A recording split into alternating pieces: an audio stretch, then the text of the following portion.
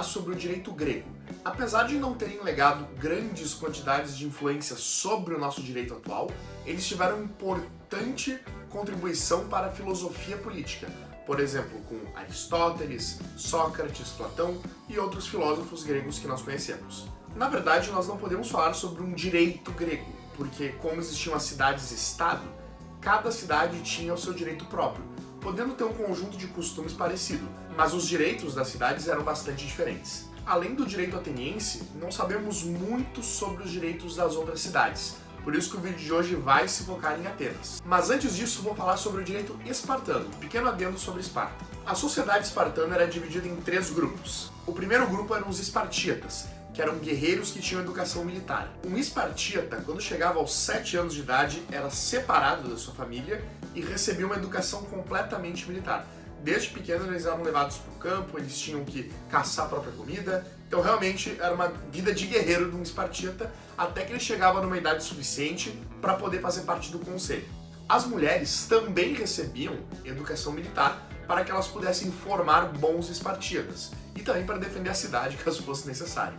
Depois havia os periecos, que eram pessoas com mais condições financeiras, mas sem ter a mesma categoria dos militares. E por fim, os ilotas, que eram os escravos, e eram os escravos que tinham a pior condição de todo o direito da antiguidade. Agora, sobre Atenas, principal cidade-estado quando nós falamos sobre o direito da Grécia. Lá não existia um jurista e o direito não era ensinado como se fosse uma matéria específica. Na verdade, eles tinham aulas de filosofia, dialética, retórica, e dentro dessas aulas se aprendia alguma coisa de argumentação que poderia ser utilizada na prática forense. E todo ateniense bem educado conhecia sua tradição política, suas leis, inclusive decoravam as leis, como as leis de Solon. Presumia-se que o direito ele tinha que ser vivenciado, que qualquer pessoa poderia chegar na frente de um juiz, de um tribunal e defender os seus direitos. E sinceramente, o direito não era visto como um conjunto de leis que era interpretada e sistematizada pelas pessoas, mas muito mais um conceito derivado da justiça que estava difuso na sociedade e na consciência coletiva. Havia 2 legisladores importantes para o direito ateniense, Drácon e Solon. Drácon, que foi o primeiro deles, é conhecido por ter redigido leis extremamente rígidas e pesadas, porque justamente ele pegou um direito que era antigo, um direito que era regido pela religião e colocou no papel. Por isso reproduzia conceitos de que toda ofensa era uma ofensa direta a uma divindade, e isso acabava fazendo com que todo crime acabasse sendo penalizado de forma muito severa, inclusive com pena de morte. Mas também ele colocou fim à solidariedade familiar, que é aquilo, se eu ataco um membro de uma família, essa outra família pode atacar qualquer membro da minha.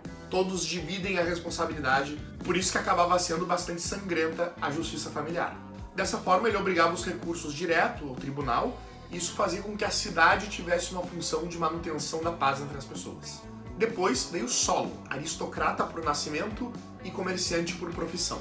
Representou uma grande revolução no direito, sobretudo por causa da eunomia, que é uma igualdade de todos perante a lei. Isso estava presente nos seus artigos por não distinguir os eupátridas, que era a aristocracia daquela época, dos não eupátridas. Pensando como economista, ele acabou deixando os mais ricos com mais poder e os mais pobres com menos poder. Mas também ele limitou o direito de herança do primogênito, que seria o único filho mais velho recebendo todo o dinheiro da herança. Agora todos os filhos poderiam receber uma parte, mas também ele não estendeu isso às mulheres, que continuavam sem herdar nada e sempre estavam em condição de tutela, ou do marido, ou do pai, nunca estava independente. Existia uma importante estrutura jurisdicional, que continha a Assembleia, o Tribunal dos Eliastas, o Areópago.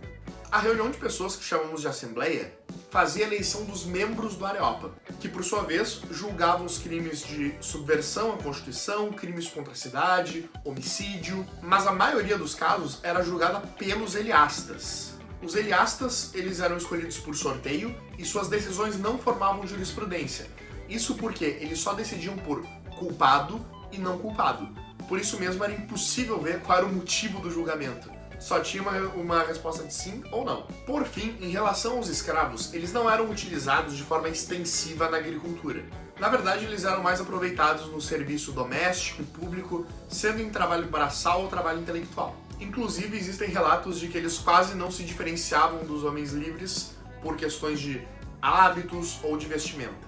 À exceção do trabalho nas minas, a maioria dos trabalhos era compartilhado entre escravos e pessoas livres. Quanto às formas de ser um escravo em Atenas, uma pessoa poderia ser reduzida à escravidão por dívidas, quando ela não pagava essa dívida, ou quando era uma prisioneira de guerra, ou quando a pessoa já era comprada na condição de escravo. O direito da região grega é, portanto, um tema muito rico e com bastante influência na filosofia.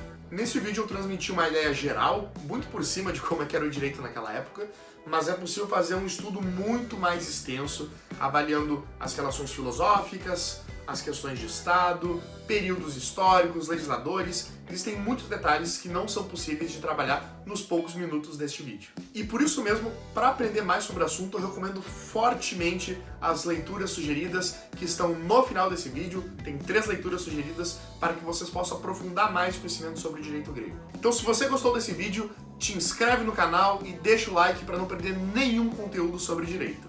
Fiquem com Zeus e até o próximo vídeo.